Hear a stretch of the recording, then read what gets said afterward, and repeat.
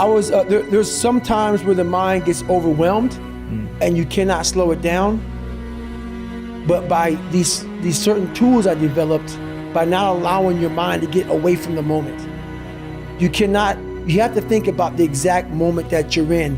But I saw when I was younger, the moment became too big. When it became too big, I spazzed out and I would quit.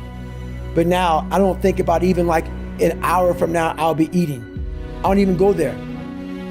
Because then your mind, no, we must embrace this, because now you have to be a leader in this moment. It's not about you just getting through it.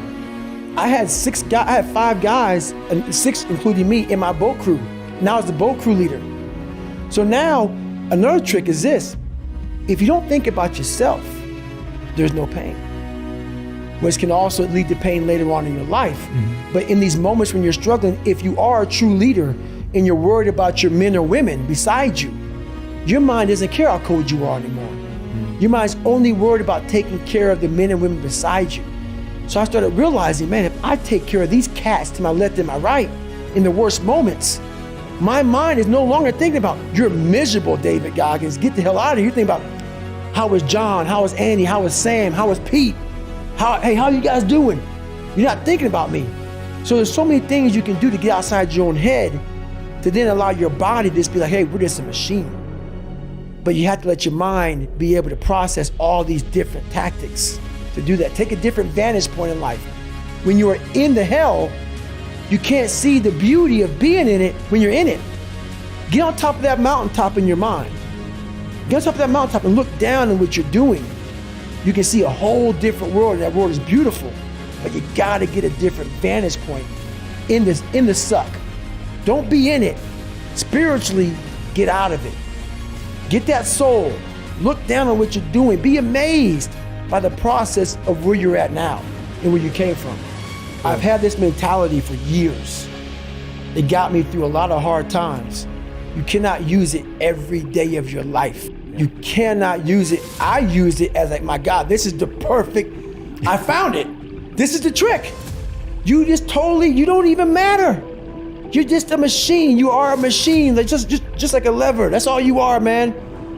You're not. You're not. And in my book, I talk about what that lever starts to get rusty, starts to get crusty. It starts to I can't even think about anybody but myself. So through the process, what I started to learn was that helps a lot, and you can tap into that all the time. But you have to be able to heal yourself. You have to be able to recover yourself.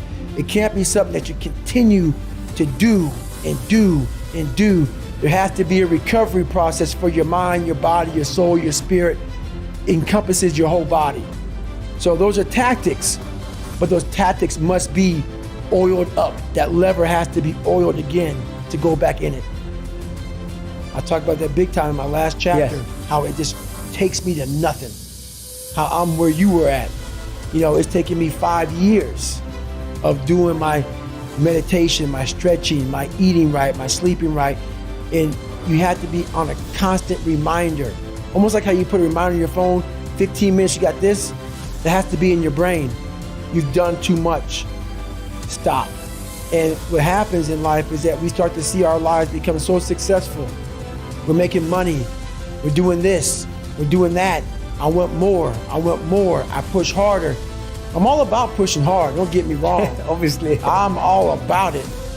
But to push as hard as you can, you have to be mindful of the machine that's pushing.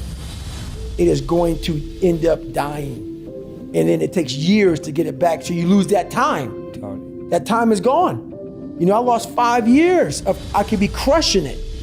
Where now I'm just now back to crushing it, realizing, God, man, I learned the hard way. The unrelenting voice that we all have. What happens to that voice? I'm gonna answer your question. We all have a voice in our head. Some of us are very spiritual, some of us are not, but we all have this voice and you're doing fucked up shit. This is wrong, don't do that. The more you don't listen to that voice, the further that voice gets away from your head. Some people call it the Holy Spirit, some people call it God, some monks, whatever you call it. It's there. We all have it. It's the right or wrong voice. But the more we don't listen to it, the more that voice goes away. And the only voice you hear is yourself. When the only voice you hear is yourself, you're wrong. There's a voice that guides you through life. When sometimes it's guiding you in a direction that you don't want to go, that's usually the right place to go. It's that uncomfortable place. So that voice is always talking to me, but we don't listen to it. I listen to it. And when I start getting anxious, nervous, like we all know when we've done too much because it's telling us, I'm getting tired, I'm wearing down. But we go. I start talking to my fiance, hey, I'm doing too much. You start now, like I did in Hell Week, like I do all the time, the 1 second decision. It's that decision when your mind starts to get so amped up. Whenever you can't hear yourself think, you gotta slow down. Whenever you're living off a schedule, every day's a schedule, you have no time for yourself. When you start, and we all know it, I don't have time for this anymore, I don't have time for that anymore. That's when your mind and your body are saying, think about that. I'm neglecting my fiance, I'm neglecting my disciplines of life, I'm neglecting my reading, my learning, my workouts, my diet. When you start neglecting all of that, you neglect one of them, you can neglect all of them a long time. It's gonna haunt you. When you start seeing that, my God, I haven't eaten right in a long time, haven't been sleeping right in a long time, it can only be one of those things to take you off. So I'm very aware of my eating, my sleeping, my disciplines of life. And when I started to get too far away from them, it's a hard stop. You think that the people who run things are sitting at home smoking big cigars and like telling their minions what to do. It's like that's like the 1920s millionaire that's on the cover of the Monopoly game. That's no sociological analysis. I know lots of people like that, and they work all the time, from the second they wake up to the second they go to sleep. And they don't just casually work, because I know some of you go to the library for 6 hours and you say, well, I studied in the library for 6 hours. Like, no, you didn't. So these people who are running things, there's corrupt people, obviously, but the vast majority of them, first, are self-made, and second, they're so bloody efficient, you cannot believe it. And they work 80 hours a week.